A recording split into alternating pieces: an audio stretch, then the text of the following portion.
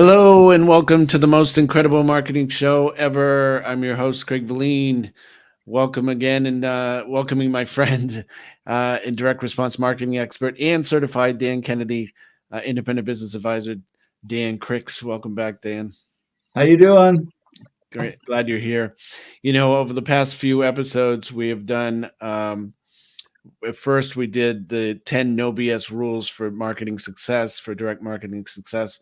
And then the last one that you and I did together was why entrepreneurs should use direct response marketing versus general type of marketing. And during that episode, we discussed what are the elements, the 7 elements of a good direct response marketing piece. And so thank you for being back. And we're going to tackle that. So why don't we get right to it? What would you say the number one element of a good direct response piece is? Well, I don't know if it's the number one in order of importance, but the number one that we're going to talk about is it should be targeted to your ideal client. Yeah. And before I go too much further with that, and you know this, business owners and entrepreneurs really need to stop and think about who their ideal prospect is. So many of them, when we talk to them, well, it's anybody that has money, or it's anybody that might buy, and they forget we're talking about ideal.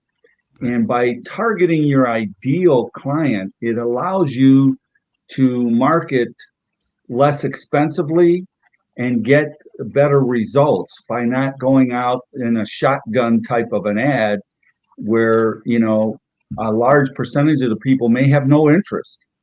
So, and you can do that in a lot of ways. You know, some people go, oh, well, then I got to get a list just for those people, so on and so forth. And yeah, that's great if you're going to mail or email or when you're targeting on social media, but social media is making that more difficult to do. Okay, they've changed some of their rules, and it's making it more difficult. So you can embed that in your ad, okay, so that you target them, even though it may go out to a broader audience. You can target so that it speaks to those folks directly. So, for example, one way to do it is your headline may be "Attention Men Over 50." Right. Are you struggling with? Are you frustrated by? And so, right away, you know, if I'm listening to that ad and I'm a 30-year-old, I'm going to shut down. Okay. But if I hear that ad and I'm over 50, and I might be a year or two over 50, if I hear that ad, my ears are more likely to perk up a little bit because I'm thinking, hey, this is me. That's a big reason why you want to do that. You want to target that ideal prospect, the one that's more likely to spend, that's more likely to have a need or a desire for what you want. And just in point of clarification, we usually can do a lot better with people selling them what they desire versus what they need. Right.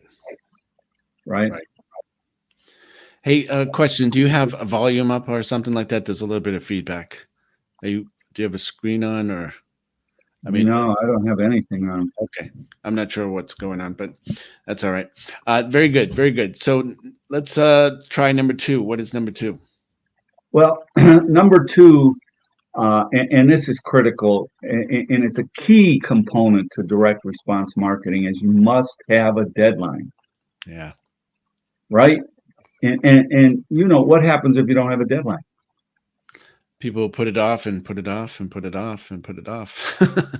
Exactly right. It leaves you vulnerable to their schedule and to what's going on in their life.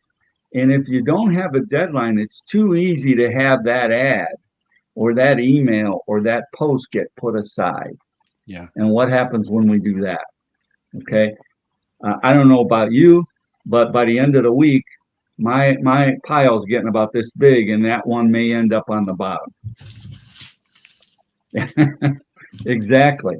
exactly. And I move it And around the desk. It was over here before, and now it's over here. So it means it's getting there. It's getting there. But I understand it's human nature, right? yes, yes, it absolutely is. And that's why in a lot of cases, the shorter the deadline, the better. Mm, I'm currently working with a nonprofit, and we put out a real heck of a promotion for an event we have coming up, a fundraiser event, and the deadline was 1 week. yeah. 1 week. And for me, I like it to be 30 days or less. Ideally for me, I believe 3 weeks. Mm, Okay. Because it allows for some follow up and reminders and what have you. So but there's so many ads out there that run that you don't see a deadline. right. And the downside to that is if we don't tell them or give them a deadline, then we're not going to get the business when we want or need it. Right. Okay. And I think I shared with this in the past. Uh, I had a client at one point came to me and said, "Hey, I may have to leave your program. Next week, the IRS is coming in and I don't have the money." And so we put together a campaign for him. We sent it out on Tuesday and made Friday the deadline. Right. It was a killer offer, but we made Friday the deadline.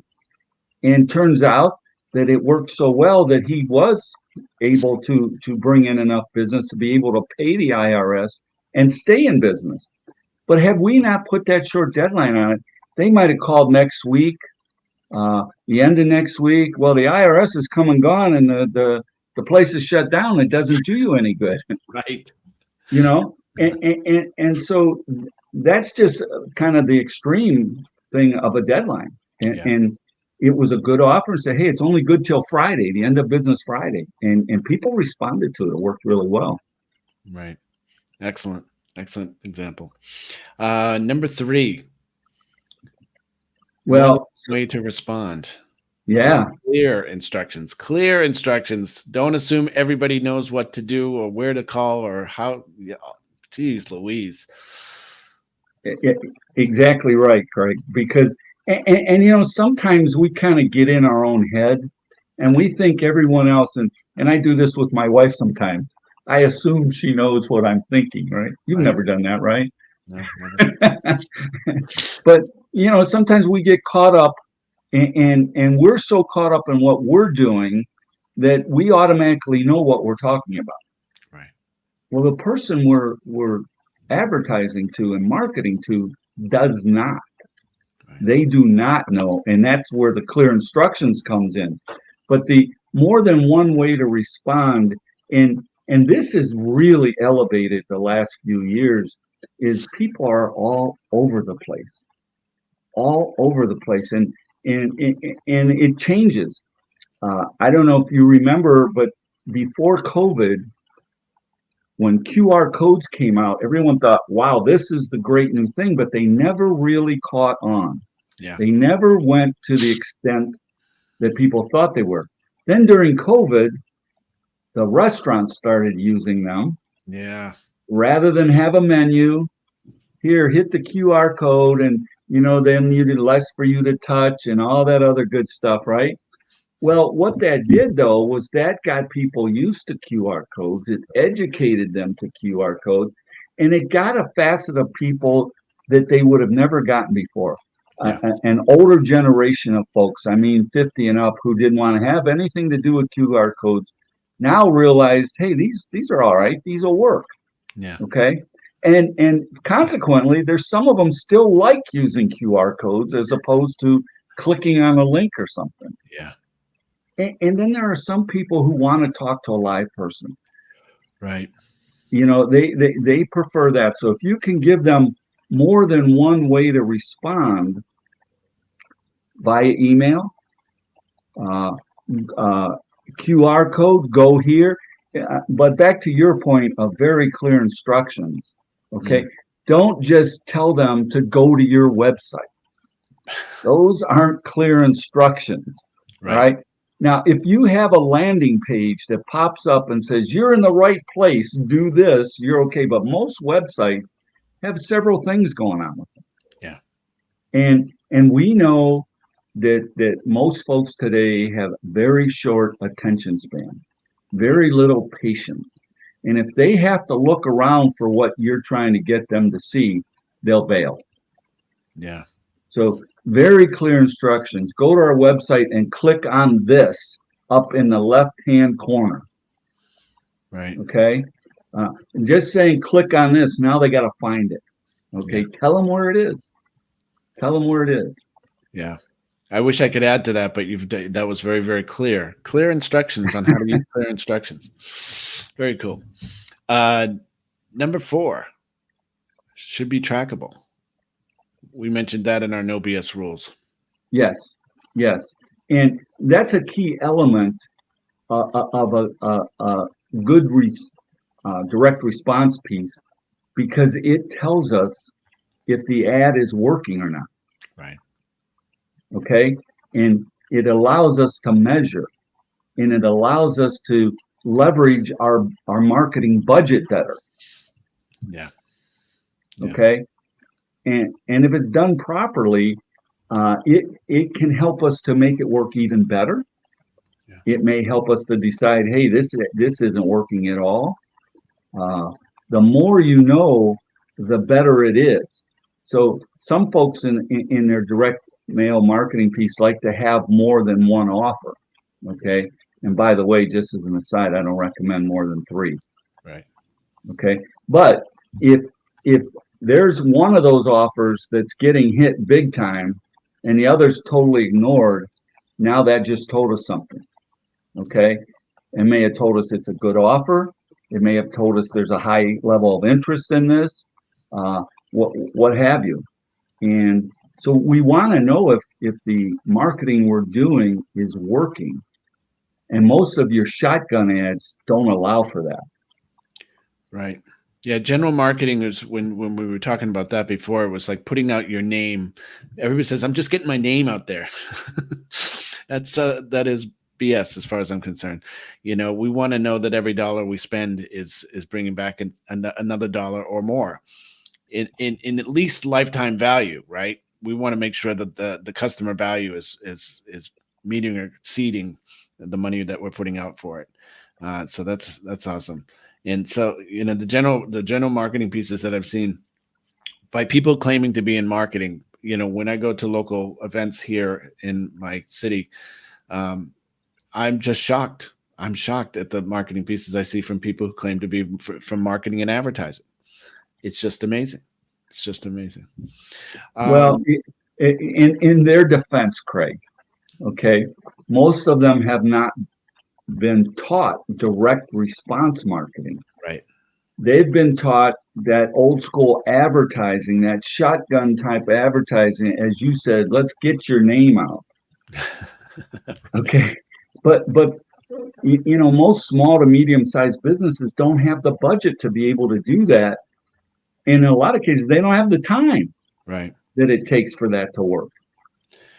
When the number one thing that I always did when I went to a mixer, I mean, my flyers look like direct response ads, but it was just, hey, request my free report, request my guide, watch this video to learn more about how to achieve this excellent result, things like that. But first thing it did, and there are so many different ways to capture the information of an interested prospect. But at that time, it was just like, hey, just add your email address in here to get access to that video.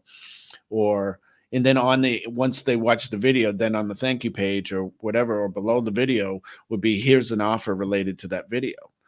If you click to watch that video, obviously you were interested in that. So here's an offer.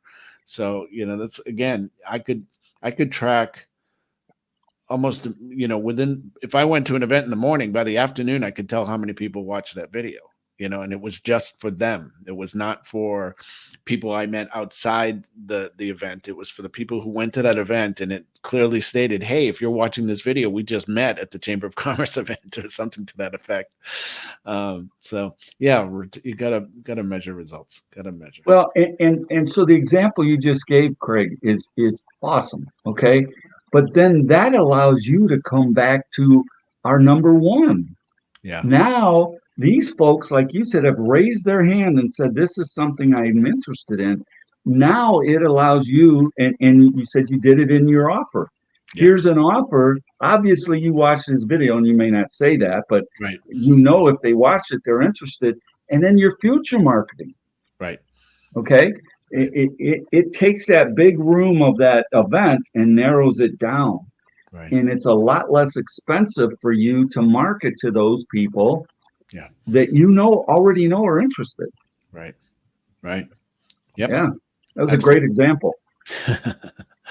We're on number 5 right now. Number 5 was speak to your ideal prospect specifically. Yeah. And so, it's kind of tied into number one, your ideal prospect, but folks want to know your target audience or prospect or even your clients want to know that you have something that they are interested in. So, for example, you don't want an ad going out to people that make $50,000 a year about a Ferrari, Right. right? I mean, how talk about being tone deaf, right? To your audience.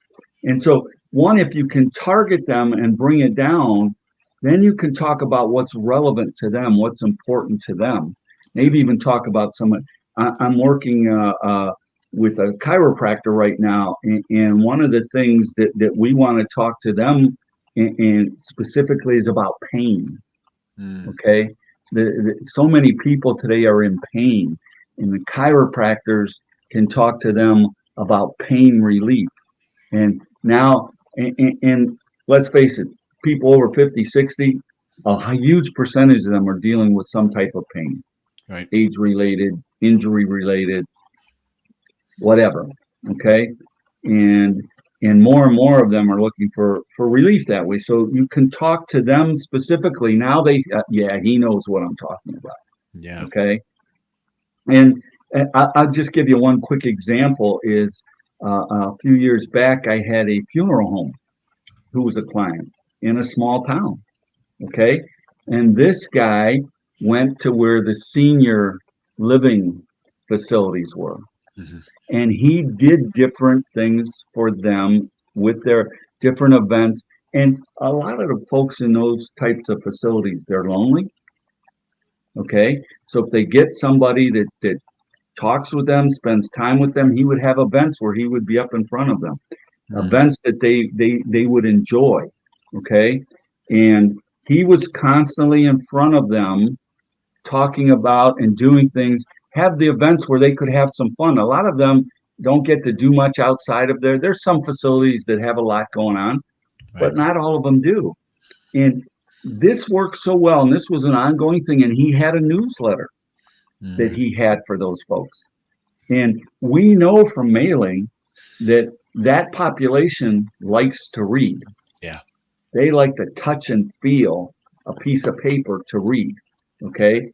And if it's interesting, if it's entertaining, they'll do it. Well, a lot of these folks would tell their family, something happens to me. This is the funeral home you're taking me to. Right. Wow. Yeah.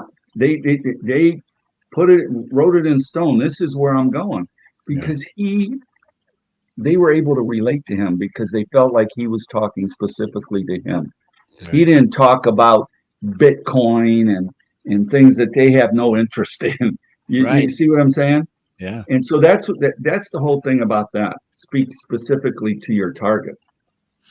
Yeah.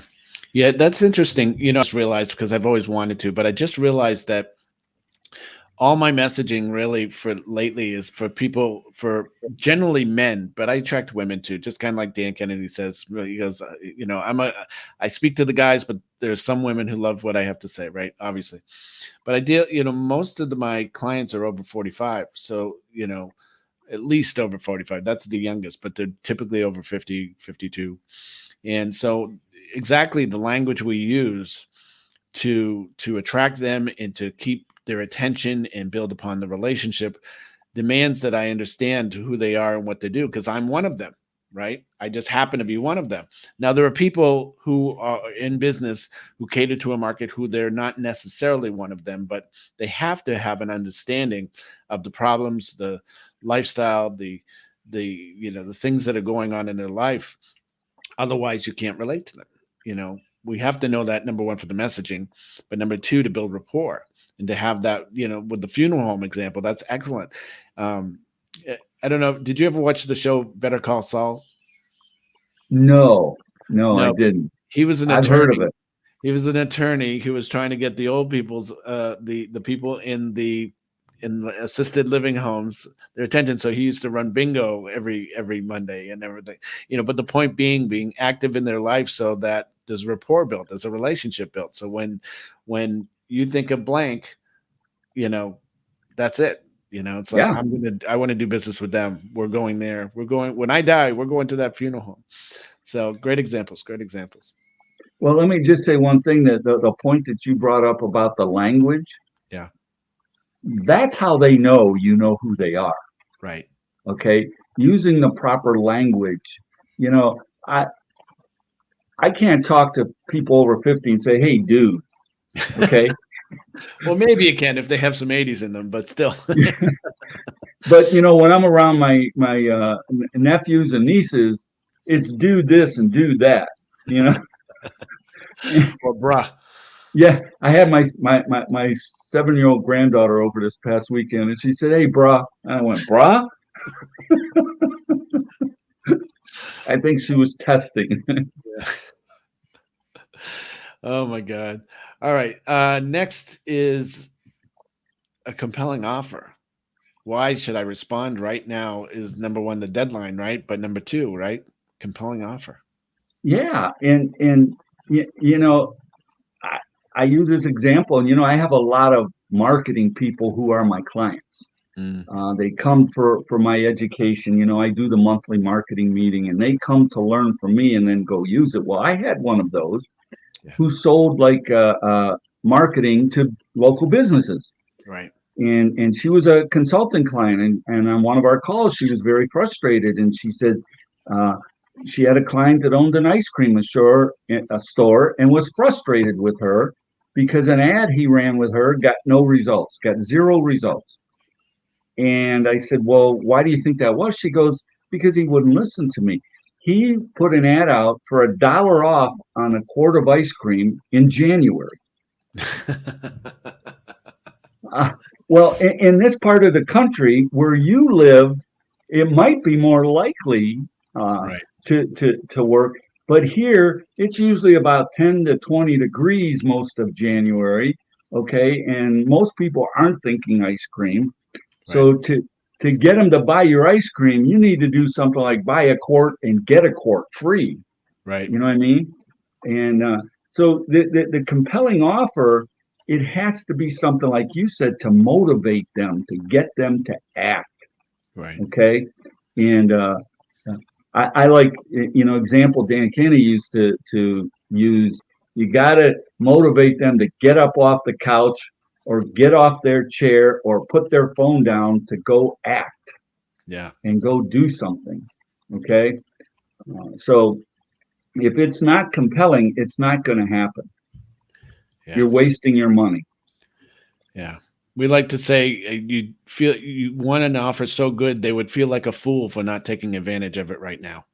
Exactly. Yes, exactly. And I just had one of those. I was at a store and I saw something my wife had been wanting for a while, but I wasn't looking for it. And I looked at it, I saw the price, and I was like, "Oh my goodness." Yeah. So I called her. I said, "I know we weren't thinking about this now, but this is almost a no-brainer." Yeah. Well, guess what? I bought it. Yeah. Okay, because it was about a third of the normal price. That's compelling to me. That that and just like we talked, it got me to stop what I was doing, call my wife. Yeah. I even took a picture and sent it to her, okay, and said, "Hey, and I bought." Yeah. Okay, that's that's almost the definition of a compelling offer. Wouldn't you agree? I agree. I agree. Good for you. That's awesome. Yeah. Number seven, the seventh element. Have a way to expand the offer. What do you mean by that? Yeah, so I think a lot of people kind of miss the boat on this, and we, there should be an option for them to buy more, Yeah. okay, and make that work for them. And so, there's an old saying in our business: a buyer is a buyer is a buyer, and we know the American consumers. The reason malls became so popular is because they go there to shop. Right. So many of them don't go there for anything specific. They're going, if you ask them, what are you going to the mall for? I'm going shopping. Right. Okay. So, uh, in your offer, if you can say you're offering something for a special price, a special deal, you might put buy two of these and get the third one for half off. Now you Right. just went from one unit to three units. Right. Okay. Or bundle some related items together with it. Right.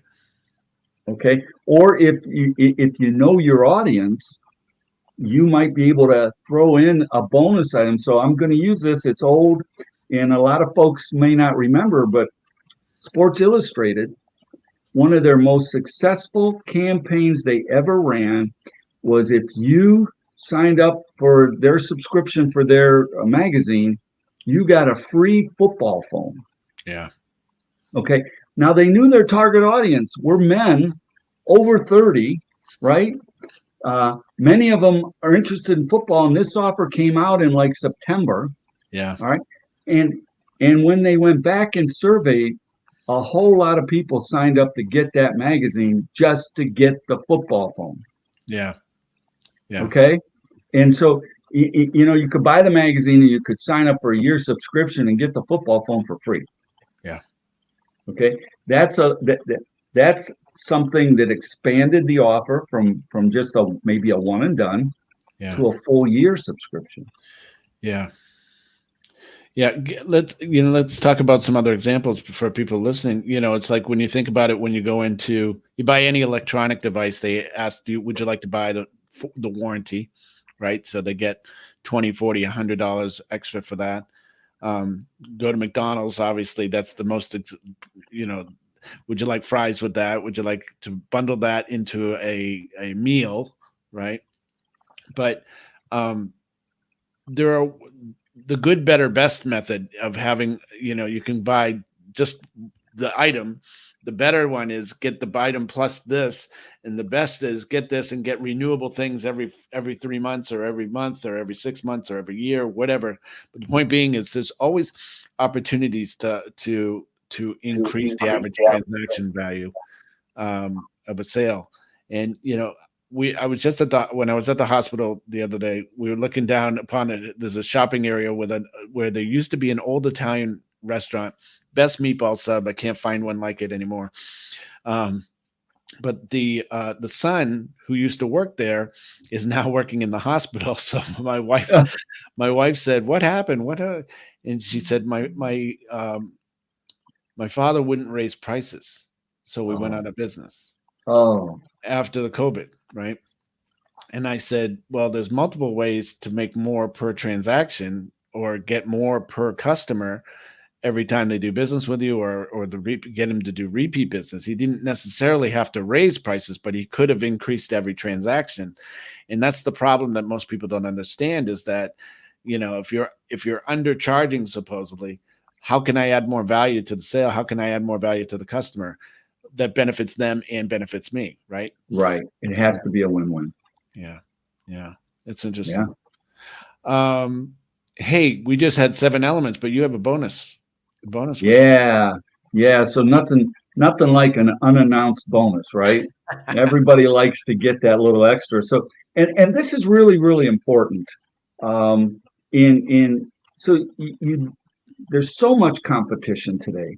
There's so much competition that you cannot put a boring ad out there. Yeah. It's too easy for it to get ignored. And Dan Kennedy calls it the number one sin in marketing, being boring, Being born. right? And I feel like it's especially important right now, given what we're going through right now with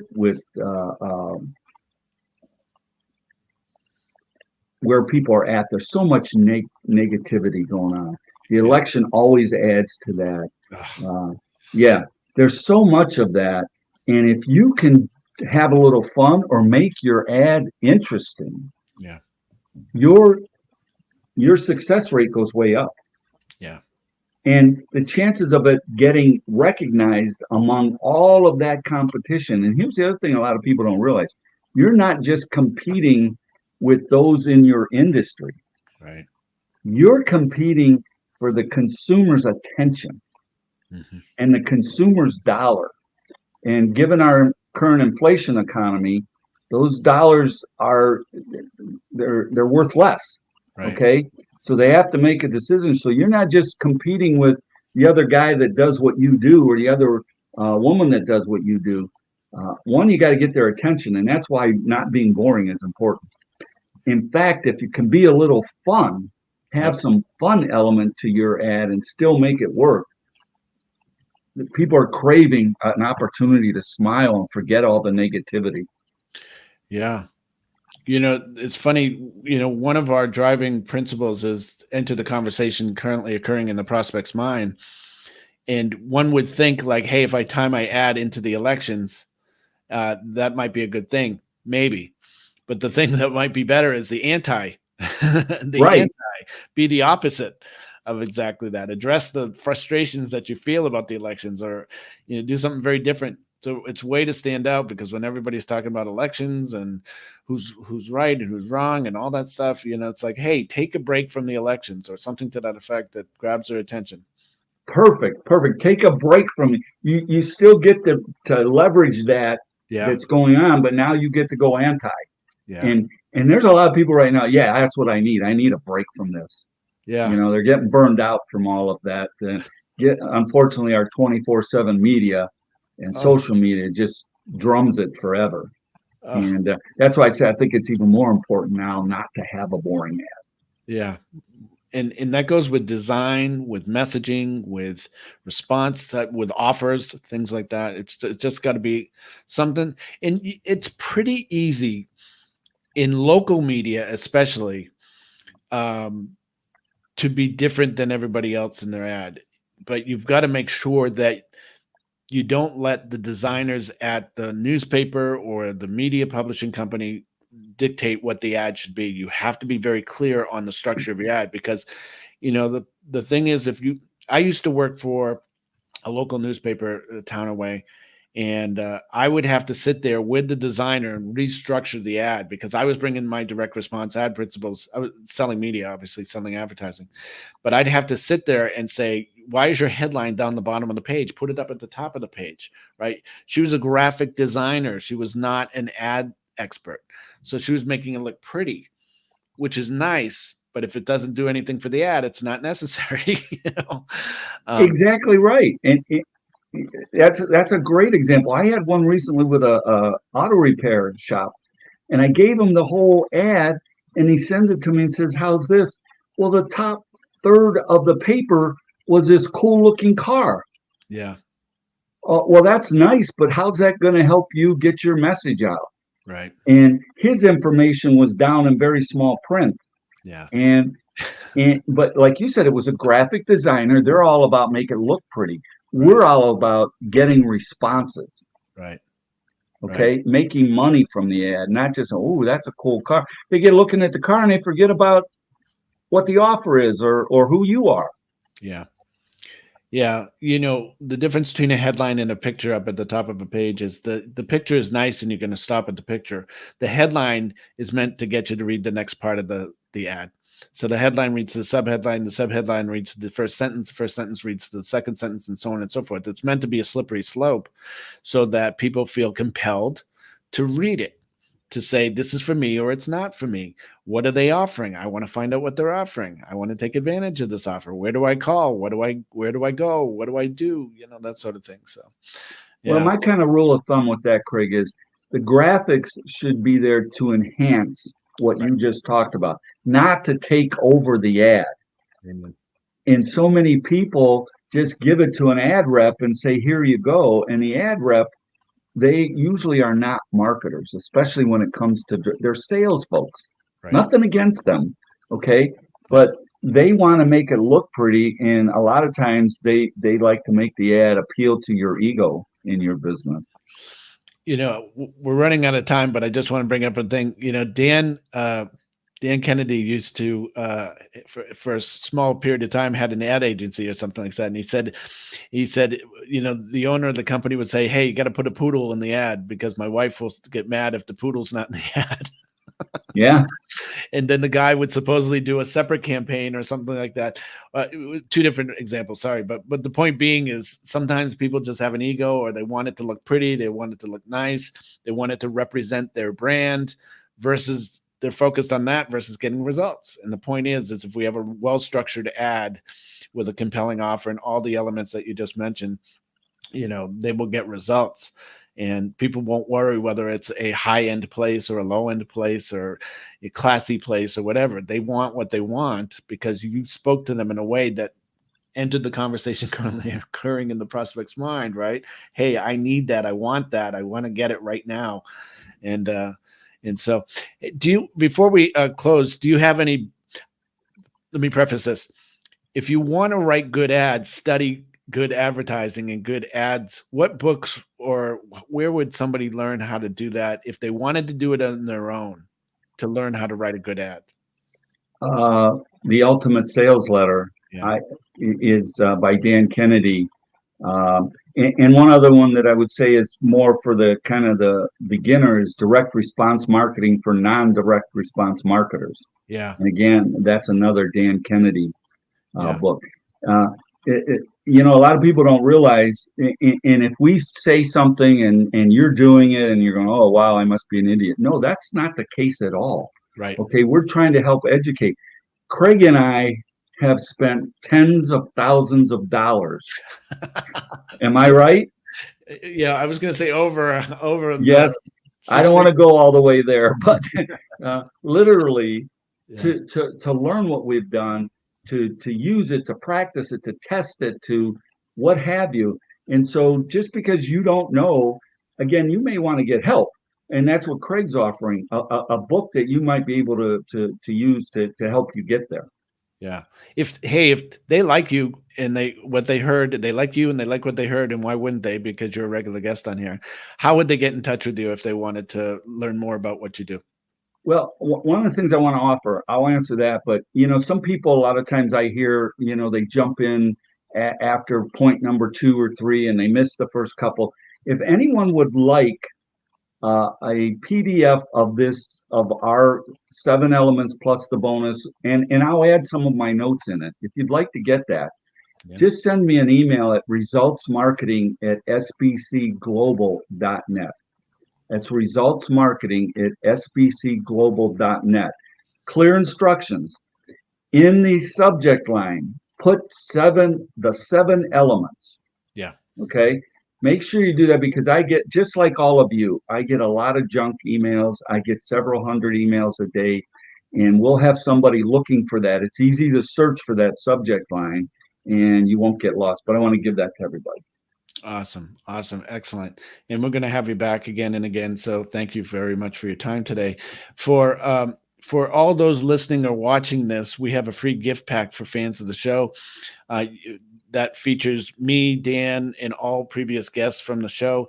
You can get that at mostincrediblemarketingshowever.com. It's mostincrediblemarketingshowever.com. And we film this or do this live video on YouTube every Wednesday. If you want to watch us and follow what we're doing live and comment and participate, you can go to youtube.com/@mostincrediblemarketingshow. So, Dan, thanks again for being here. I love your preparation and I love your wisdom and our banter back and forth. Thanks so much. Me too. And everybody who is joining us or listening to us, thank you so much for following the show. We hope you got something from it. We'll be back next Wednesday and then Thursday on your favorite podcast network. So that's it for today. Thanks so much. Thanks, Craig. So long, everybody.